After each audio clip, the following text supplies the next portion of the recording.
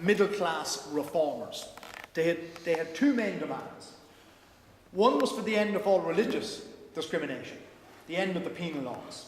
The other was for a democratic political system, a broad electoral franchise, regular elections, things we take for granted in democracies today. But remember, back in the 1790s, Britain was at war with revolutionary France.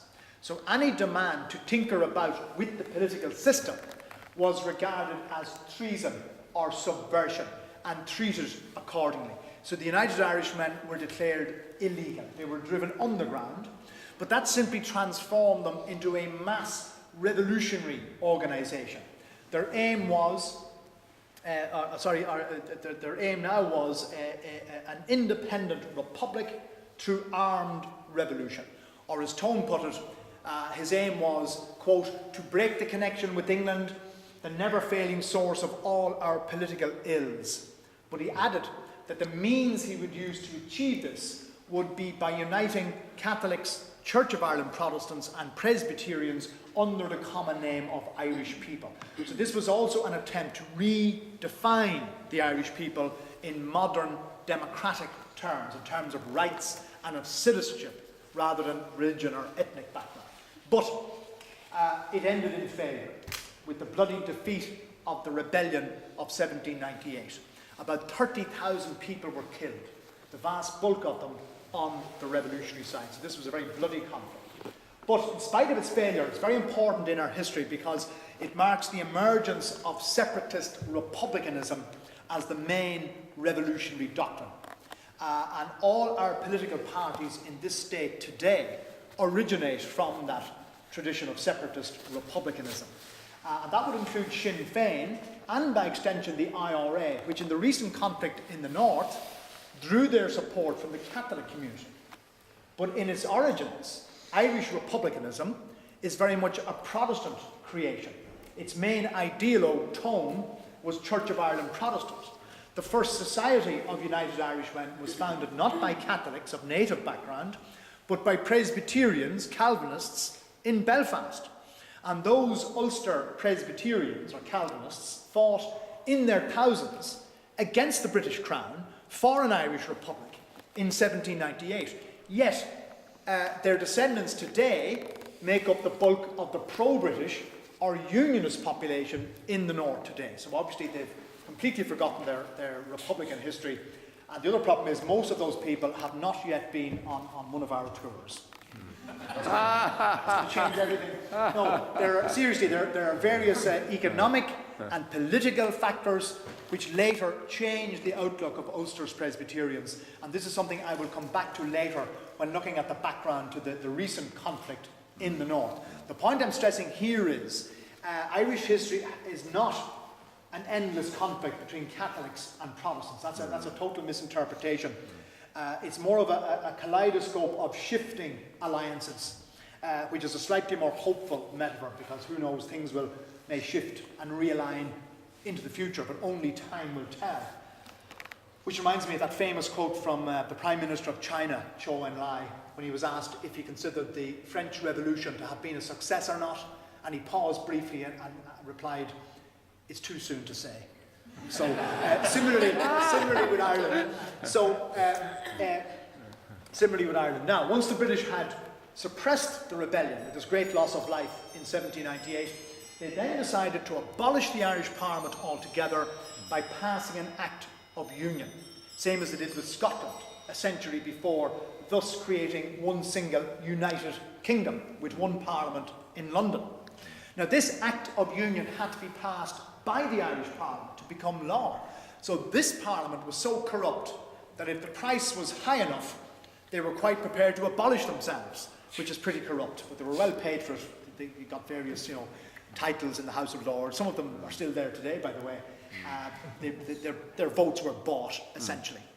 Now, from then on, about 100 Irish MPs, members of Parliament, went directly to the Westminster Parliament in London, 100 out of a total of 600. So obviously they had little or no control over Irish policy. So this was bad news for Ireland politically. It was even worse news for Dublin, because if you consider the 300 members of the House of Commons, that's the House of Commons there. That no longer exists today. It's been redesigned out of existence. Then you had 40 or 50 members of the House of Lords, this chamber. Now then consider their wives, their servants, their wig makers, their perfumers, you know, their coachmen. Suddenly you're into a huge industry of thousands of people centred on the Parliament. And that's gone now. So all these gentry people left Dublin to go to London. Many of their big houses then fell into decline and they became slum buildings. So you might have a large townhouse designed for one aristocratic family. I'll just give you an example. According to the 1911 census, one of these big houses in Henrietta Street, which used to be the premier street of Dublin, it became a slum street by the early 20th century. In one of those houses in 1911, about 120 people were enumerated. And that's in the census, that's an accurate figure. 120 people in one house. Now, it's a pretty big house, but it wasn't that big.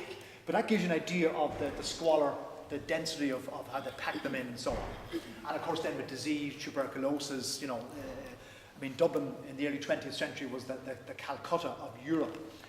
So this was a disaster from Dublin. So from being the second city of the British Empire, one of the largest English-speaking cities in the world, it became a provincial backwater in the 19th century. Now the present-day Irish Parliament, oh by the way, in 1802 the Bank of Ireland bought the building, so they redesigned it, so it's been a bank ever since. This is the only part of the interior that has survived. The present Irish Parliament sits in Leinster House on Kildare Street, just around the corner from Trinity, beside the National Museum and the National Library. But our next stop is outside. I want to talk next about the potato famine of the 1840s. And he was the leader of the Young Ireland movement, which was active in the 1840s. And he was the editor of their newspaper called The Nation. So as the name implies, they also believed in the idea of a single Irish nation, regardless of religion or background. Davis, for example, was Church of Ireland Protestant. Now, they were also interested in Irish culture, language, music, literature, and this was part of a wider European democratic nationalist revival.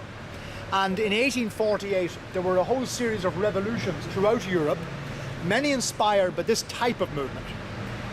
Now, there was also an attempted revolution in Ireland, led by the Young Ireland movement, but on a very small scale, more of a skirmish really than a revolution, which is not surprising because the people were in no physical condition to have a revolution because this was in the middle of the potato famine, which broke out in 1845, triggered off by potato blight.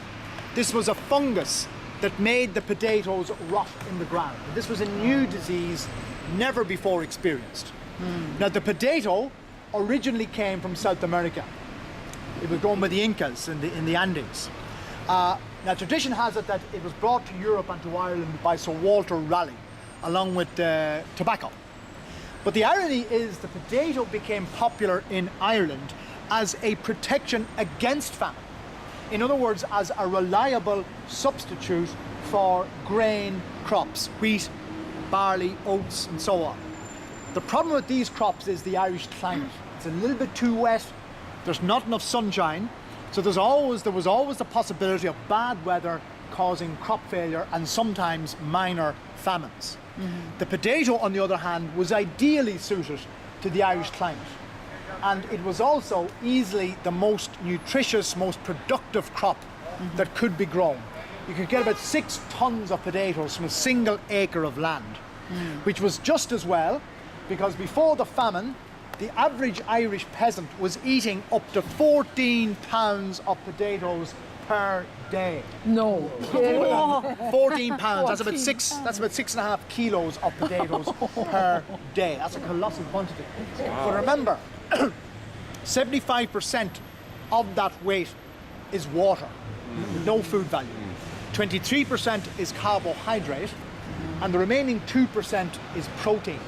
So combined with milk, it provided a more or less balanced diet. Obviously a very boring diet, but nutritious. So international travellers remarked on the big stature of even the poorest of the peasants in Ireland, that they were big strapping fellas, relatively healthy compared to the poor elsewhere in Europe, because this was a relatively healthy, albeit boring, diet.